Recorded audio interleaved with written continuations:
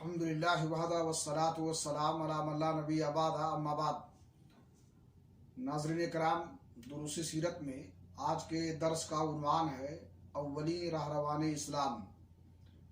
یہ بالکل فطری بات تھی کہ رسول اکرم صلی اللہ علیہ وسلم سب سے پہلے ان لوگوں پر اسلام پیش کرتے جن سے آپ کا سب سے گہرا ربط اور تعلق تھا، یعنی آپ کے گھر والوں اور دوستوں پر۔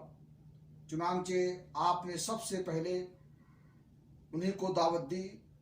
اس طرح آپ نے ابتدا میں اپنی جان پہچان کے ان لوگوں کو حق کی طرف بلایا جن کے چہروں پر آپ بھلائی کے آثار دیکھ چکے تھے کہ وہ حق اور خیر پسند کرتے ہیں، آپ کے صدق و صلاح سے واقف ہیں۔ پھر آپ نے جنہیں اسلام کی دعوت دی ان میں سے ایک ایسی جماعت نے جسے کبھی بھی رسول کی عظمت، جلالت نفس اور سچائی پر شبہ نہ گزرا تھا، آپ کی دعوت قبول کر لی۔ یہ اسلامی تاریخ میں سابقین اولین کے وصف سے مشہور ہیں۔ ان میں سر فہرست آپ کی بیوی ام المؤمنین خدیجہ رضی اللہ عنہا، آپ کے آزاد کردہ غلام زید بن حارثہ، آپ کے چچیرے بھائی علی بن ابی طالب اور آپ کے یار غار ابوبکر صدیق رضی اللہ عنہم ہیں۔ یہ سب کے سب پہلے ہی دن مسلمان ہو گئے تھے۔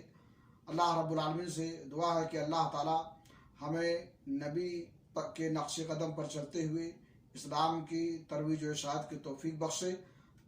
وآخر دعوانا الحمدللہ رب العالمین۔